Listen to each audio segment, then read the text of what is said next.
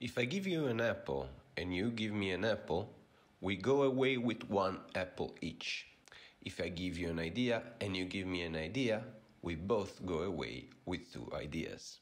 Hello and welcome. I'm Renzo Alvau, and this is the first episode of StondHedge Music and Coffee podcast. This is a new kind of podcast where musicians can pick each other's brain and exchange tips, tricks, and techniques.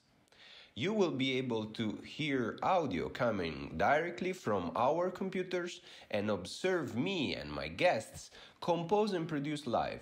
So you will be able to observe us and bring home some new ideas and methods for yourself. Today, I will be producing live with Brian Zani, a dear friend of mine, professional mixing and mastering engineer and audio producer. So, hope you have fun with us. Let's start the first episode.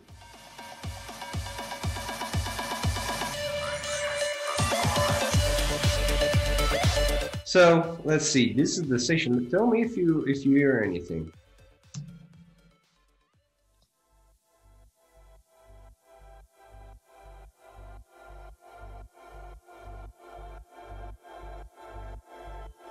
Yep. You hear it? Very Yeah. good. It's a nice balance between the music and your voice. Nice. Your voice is louder, but I would prefer it that way on my end. Yeah, me too.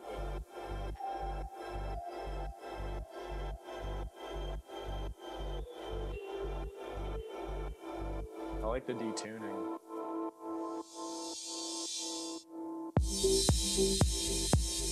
I will take off one kick now.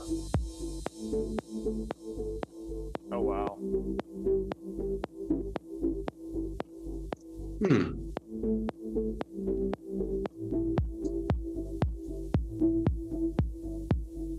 This is without the high kick. This is without both kicks.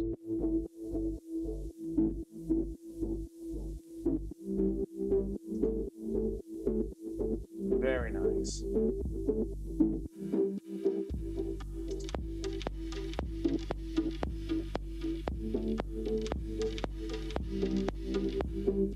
Do you think we should get started officially, or how? Yeah, I started in Pantarei, so I will just carry, we just started. As soon as the music starts, we start. Oh, okay. I thought. I'm sorry. Don't worry, it's cool. I thought you were going to do like a some sense of top introduction and breakdown of what was going to happen, and then. No, I'm actually copying Joe Rogan because I love that it's just we're live every time, and people don't know. Seems like a natural way to get into it. All right. Nice. Great. Yeah, That's it. So yeah, I like the two kicks there. Again, I mean, at least I know that this is very run and gun, do things as quickly as possible for being efficient. But, and I see that the kick is super important here. I would definitely, again, label those two kicks. So you have one that's like a really high clicky kind of kick. I would maybe almost name that right off of the bat of saying, high kick or click kick or something like that. Yeah. And then maybe like low kick.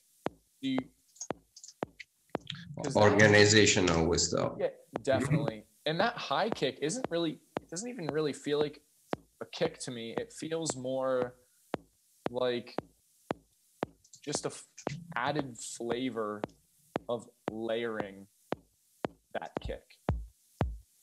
But once you have the low in there, it's really nice. But it makes me wonder, starting off this Psychonautica song, like what if you didn't introduce that click kick until maybe the next time it comes around like measure 90. I see the kicks come back. So what if, and this is, I mean, I'm just, brainstorming ideas. What if that click kick or maybe high kick, whatever it's going to be called, maybe that is not present during this first go around, Yep. So then when it comes in, it's almost more warm towards the beginning. Ooh, deep. And then it also makes me think too, to emphasize and really like let the heat grow. What if you added, and this is just me thinking even creatively in terms of engineering, can you, and just maybe humor me, try volume automation on that low kick. So maybe don't have it come in right at 17 or have it be very, very, very, very quiet. And then it slowly raises volume to where it is at right now. So measure 33 or so. Yes, something that I do to test it out is to mute it. So do you hear this feedback? I do. Where do you think it's coming from? It's making me crazy lately. It is still continuing from the feedback of your effect, one of your effects racks. So whatever your delay is triggering. Yeah, so go into, I guess before we do the kick, yeah, try to go into your effects rack or whatever you are processing. Well, it's in the pads. It's something in the pads. What I'm is there a fast way to identify which instrument is doing this? It would be whichever one is coming through your pads. So whatever delay you have on your pads. So do you think it's a delay on the channel here, the main the group channel? Okay, let's see. Wherever your delay is. Let's see. Oh, it's still going. Yeah, it's still triggering through pads. It's definitely on pads. Go to your effects rack. Yeah, it's effects rack. So what's happening here? So open up. Too much feedback? Yeah, so on Echo Boy right there, yeah, see the feedback knob? It's almost near max. Where it is? Oh, that is it. Yeah. Bring it down to like 11 or 10 o'clock somewhere. Maybe like 10 o'clock or so, yeah. Okay, let's see.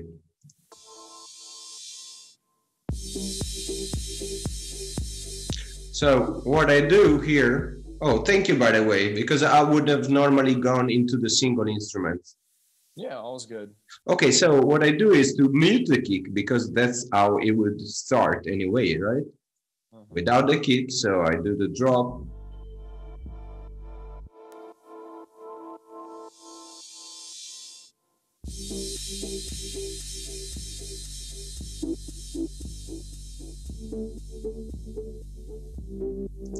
So it's a little anticlimactic. Yeah. Something that I would try here is the opposite of what you suggested. So basically,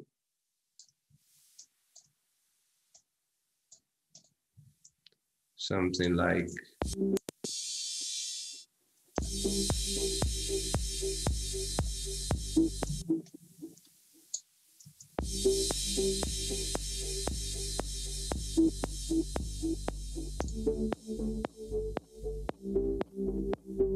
I like that.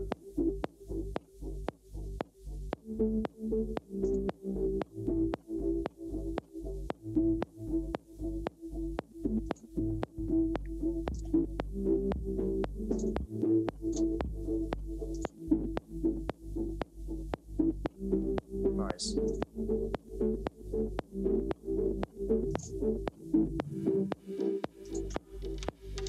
That feels good there, that volume shape. Go back. this one. I like that one. Yeah. I feel like that volume shape is quite complimentary. Okay, so now we only have the click, and it seems to hold a little bit the draw. Let's see.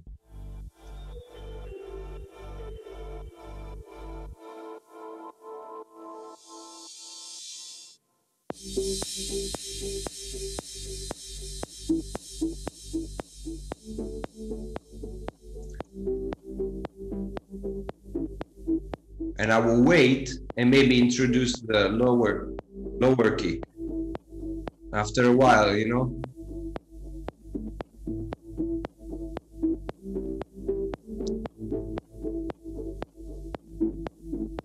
Maybe right about here. So after this loop and comes in right here. Boom. Yep, right there. Or maybe even later on, when this shaker starts in the 49. And here we introduce these Jamaican percussions. These are quite quite spacious.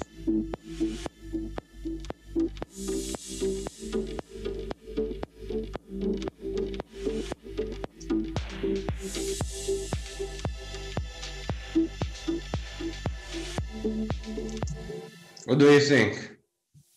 I like that. This last version? Yeah, I think it works. I think there still should be a little bit of volume automation on the front. If you want to go with having the kick come first, I think that works, but I think give it a little bit of an introduction. Okay, let's try. Just coming in so quickly as. Let's test it out. I will go into the volume and yeah.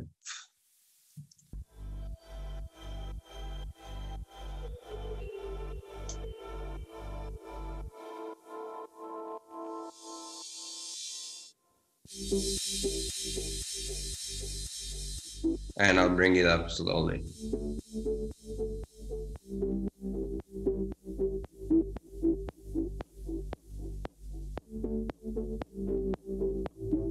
Something like that, but a little slower, maybe?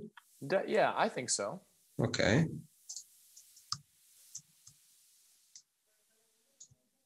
You can also write automation as well if you'd like to do it live. Let's see. So I will cut this because we decided it's not going to enter until here, right? Right. And this one we want to automate, right? Sure, we can try it. And I would do this. Let's see if you agree. I would reduce this as a loop from a loop. I will loop it again, and this one I would just drag the automation on the track. What do you think? So it's recurring from low to high? Yeah. No, it's not recurring. It's just the first one, see? Oh, just the first one. Maybe. I think considering on how long it is, though, maybe it should be a longer slope. Okay. To really build in and also gradually tighten in on the focus, perhaps. So what I do is 2, along with 2 or 3 or 4. What's your idea? I think 4 is a real good slope. Yeah.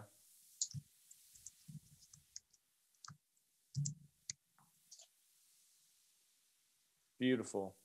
And what I do is to loop this one, and then and what do you do? A right one, like a straight one, or maybe something more, you know? I mean, I think it depends. I think we'd have to listen to it really. Ear is always, I think, better than visual, you know? Okay, let's see.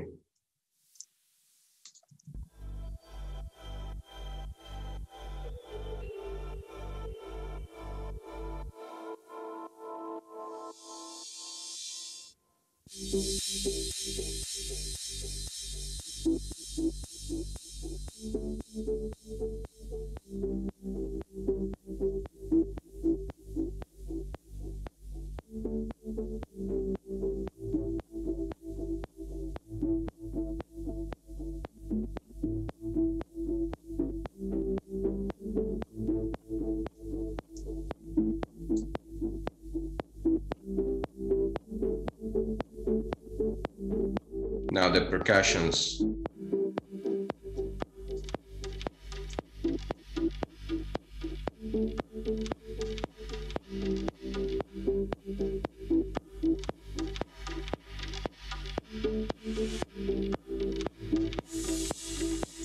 Maybe it could be a little slower, even like double.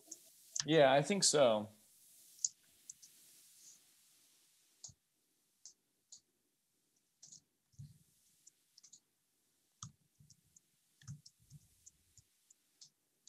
So I'll remove it from here, and maybe I will double this and join them.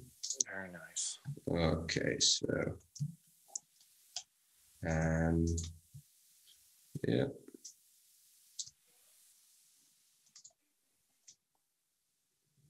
And then it will go on when the big drum starts.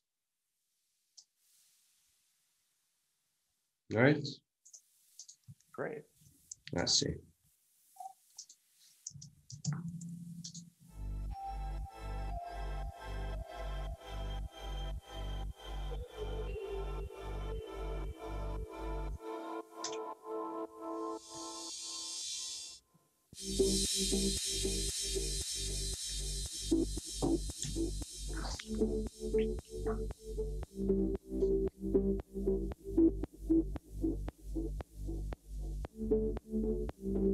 I like it.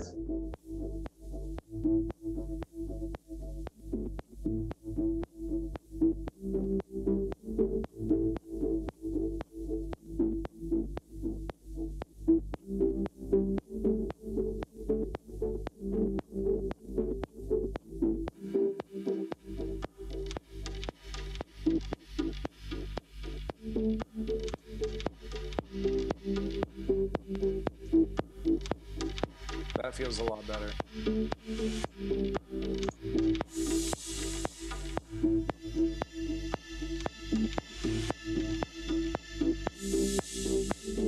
And it's coming, right?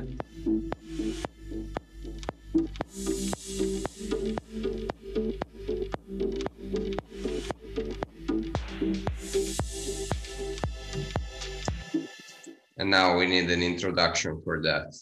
I see. Right. I think that definitely helps the kick there. That feels right. There's something wrong. Yeah, there's a mistake probably here. Look. Is it 1 bar early? There is something weird with the bass. Not really. Is it? It's coming right.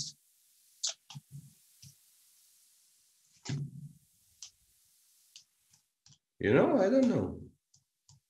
But there, it feels weird.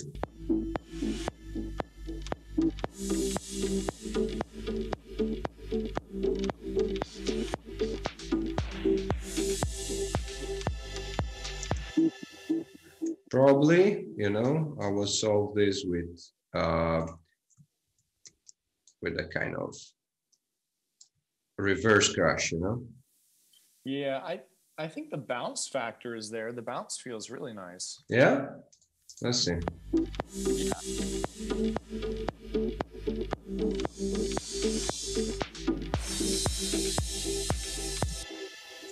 There is something weird with the notes, like from the bass.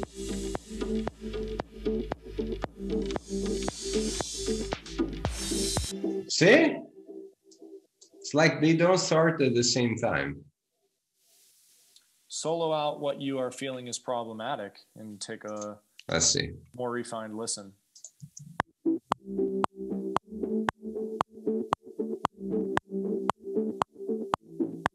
Okay, that is it. I know what it is. It should be something like this.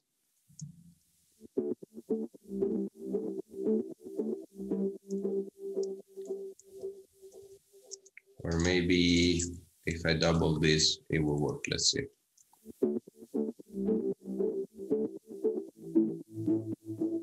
That feels right to me. Yeah.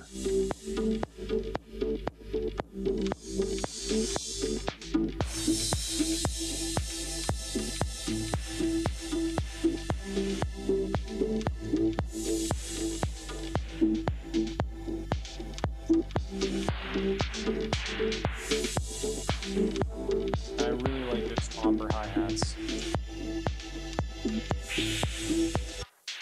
These ones? Definitely. What effects do you have on those shaker pads there? Shaker What? Wet? What effects do you have on that shaker wet? Yeah. I'd love to see that.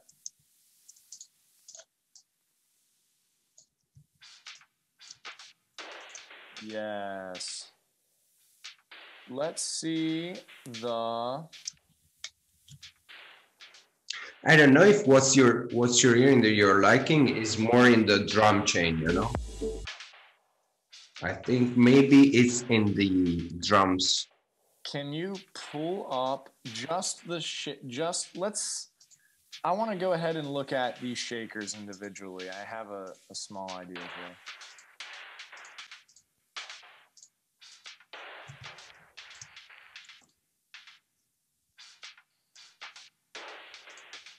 So with those shakers, after everything, can you go ahead and open up again? This is what you're hearing probably.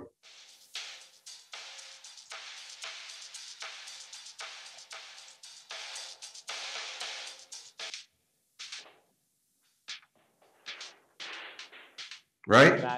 That section. So I'd love to add some ping pong play after this. What's happening? super loud. What? Can you hear me? Yeah, I can hear you, but the drums get super loud. Oh, okay. Okay, what would you like to add to it? So let's try on the shaker wet channel, adding. There's already a lot going on here on this channel. I'd like to add the EQ, not the EQ section, the effects section for sound toys. Of course. Of course you do. Shout out to sound. It's almost everywhere. I'm ashamed to use it too much. So okay. Let's go over to the. We could do.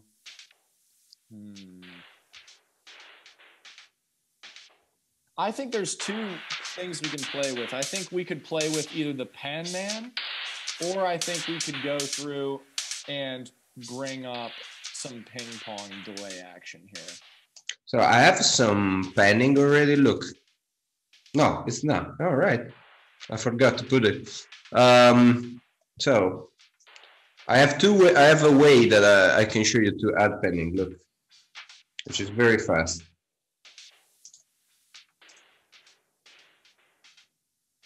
Can you hear it? Yeah, but I feel like that took a lot of the strength out, so maybe we don't do panning.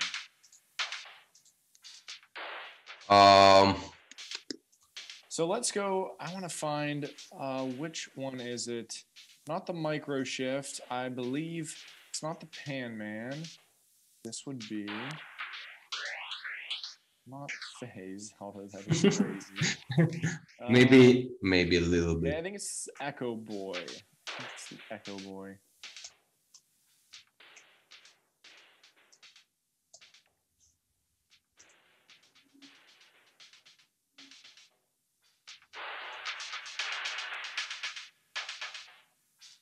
Okay.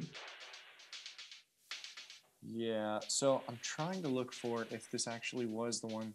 Try Echo Boy Jr. maybe? Echo Boy Jr., which I don't know the difference between. Right below. I think that it just uses, I hope I'm correct, that it just uses a little bit less CPU. It's right below that one. Yep, right there. That's it. Yeah, so this is it. So we don't need the Echo Boy. So you can switch over to ping pong on the mode here. It's on the bottom left, ping pong for the mode. Yeah, and maybe echo time could be, let's maybe set it to a fourth, perhaps. Quarter note. Which one? Quarter note, possibly.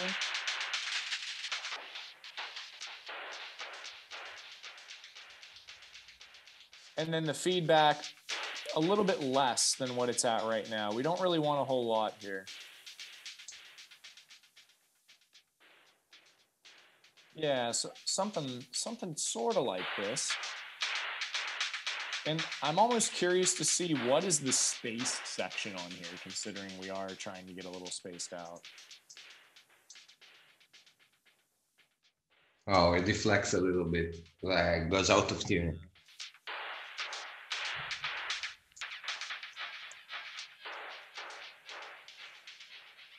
Nah. Maybe just the first one that it was at, the studio tape.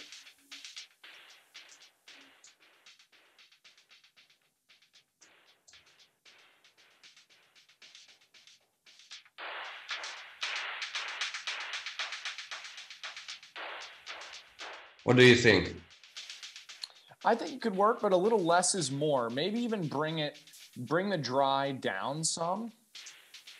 And even the echo time down, maybe to about 11 o'clock. Oh, sorry. The echo time is the note. Never mind. Keep that to a quarter note, yeah. And then maybe see how this sounds in comparison to with everything playing.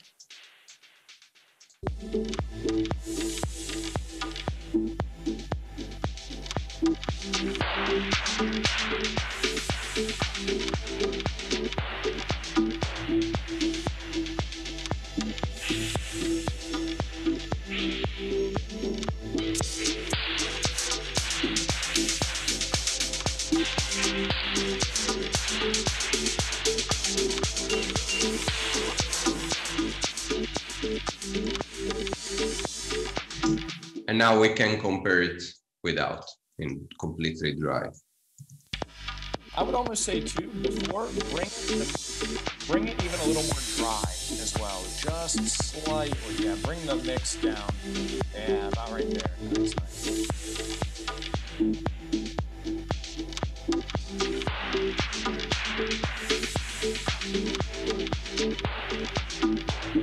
I like it. Yeah, and the idea here when, you know, playing with, at least, you know, this is, I think this is something that I like to consider is when you are dealing with a lot of space effects, sometimes less is more. It's almost like, you know, if you're cooking something in the kitchen, you know, maybe it does need some salt, but just a little bit of salt. Just a little bit, yeah. Yeah, you really don't want to be able to taste it, but you know, it still can make a pretty impactful difference. I mean, if you're seeing the mix ratio here, same with the feedback. We're talking ping pong, and when somebody might think of ping pong delay, you think of like right, left, like really throwing you. And in that case, especially when focusing you in, you want it to feel more of a spacious element rather than throwing you so aggressively. It almost attributes to the groove a little bit, but you might not think so much about the ping pong rather than the whole groove in itself here. Okay. Yeah, that's a good lesson actually. Sorry for the spiking buttons, but I have an automation in there.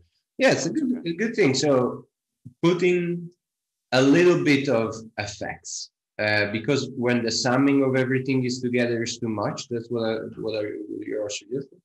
Yeah, and the reason why that I mentioned on putting this on the specific, in this case, we worked with these, you know, trippy hi-hats. Mm-hmm. In this case, while you did have your drum bus here, to where you have, I did see that you have some effects that are manipulating all of your drums. Mm-hmm. The reason why I would suggest not to have something like echo mm-hmm. or ping pong on a drum bus is because that's all your drums, right?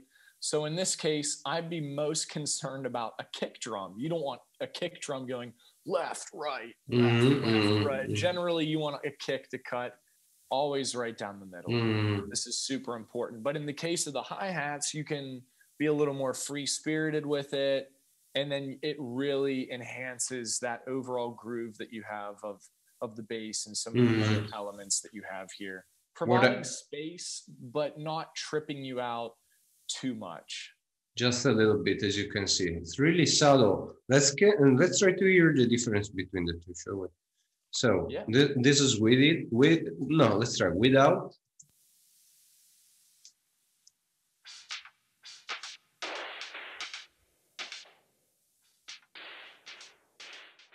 And with.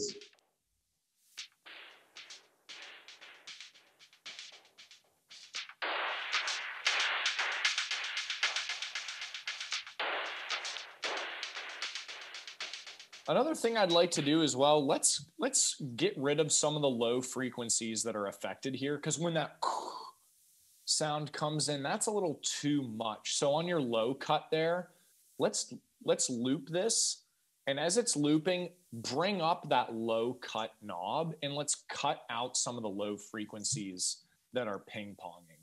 All right.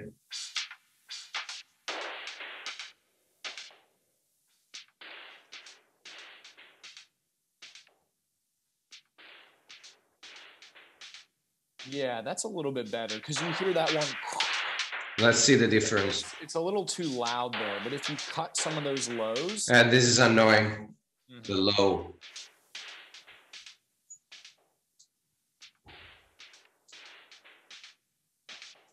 Yeah, and this Nice. makes it even more subtle. Yeah, but again, less is more here.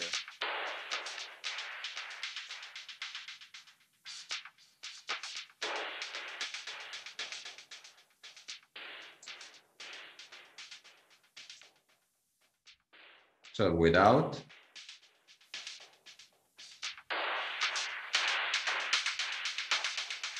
No, I'm not hearing it, you know?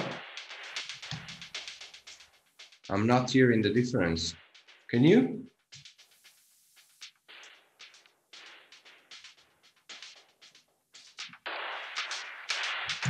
It's present there. What's probably affecting us is that I have this shaper box, which is ducking the volume every 16 bars, so it goes away. So what I can do is to take it off, and we hear always the same volume. And it's easier to modify.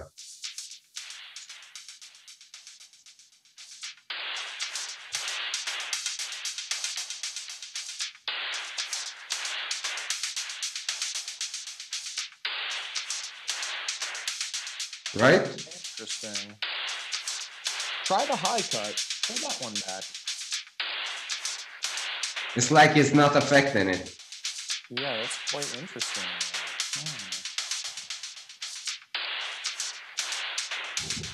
Let's go to your EQ then.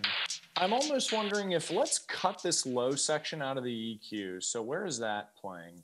That's right here. Can you go ahead and loop it back? Let it play through.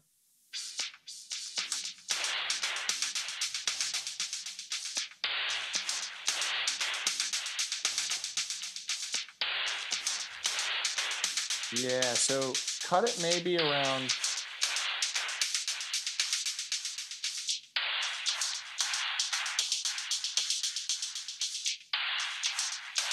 Right here? Yeah, that's a little bit.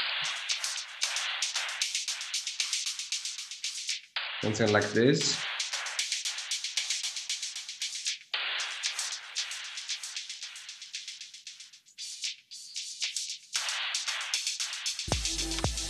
Yeah, just so it's not as aggressive.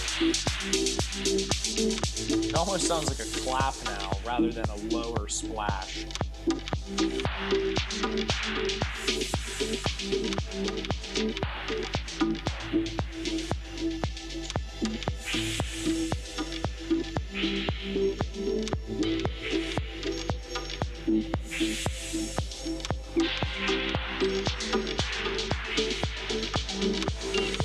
How does it sound to you? I like that. Again, Yeah? less is more here. Yeah, I think it works. Nice. Then we have another section here.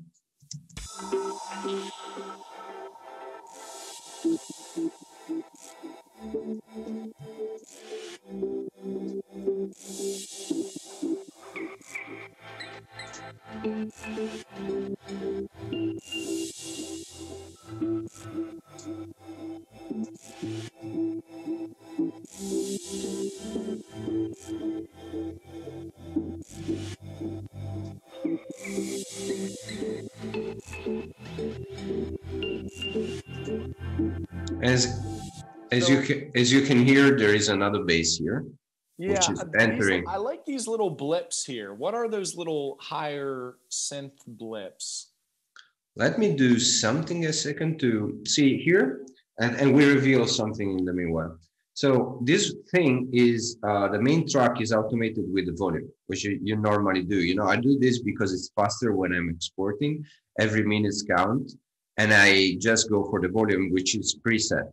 But it's better to use a gain plugin, because at least, let's see, you know, I go here, this one I take off, and I go into gain, and I redo the same thing with the gain.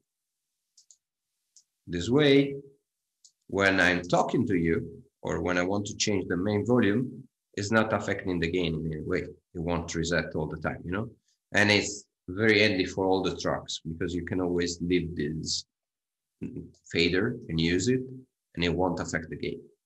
Do you use that? I lost you. I can't hear you now. Oh, awesome. Not particularly, and not in all instances, no. I mean, again, I think this comes down to gain staging a little bit, which is definitely, I think, something that we need to dive in deeper detail on another video. But yeah, it just, again, it comes down to really, you know, what methods and what approach suits you, and you know, moving forward appropriately. Yeah. Nice. Let's see. Oh, you wanted to see the glitches, right? Yeah, the blip sounds here, and unfortunately, I do have to bounce because it's pushing. Oh, 7. okay. I have to jump to another call. Yeah. But with the blips, what I wanted to say. Let's see. If you want to keep either streaming it and going through and playing it for a little bit longer, the blip sounds, I would say. Which ones are they though? I don't. It's during the break that doesn't have the kick. This one?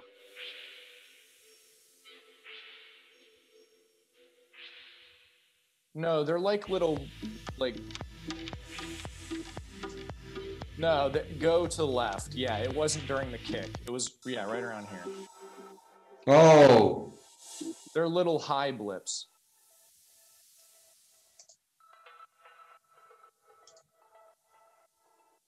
These ones? I think so. Play it without.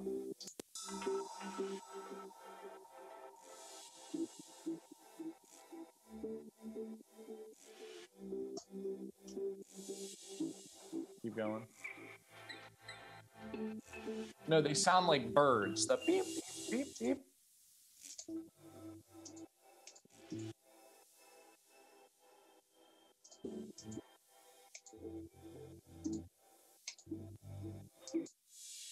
Okay.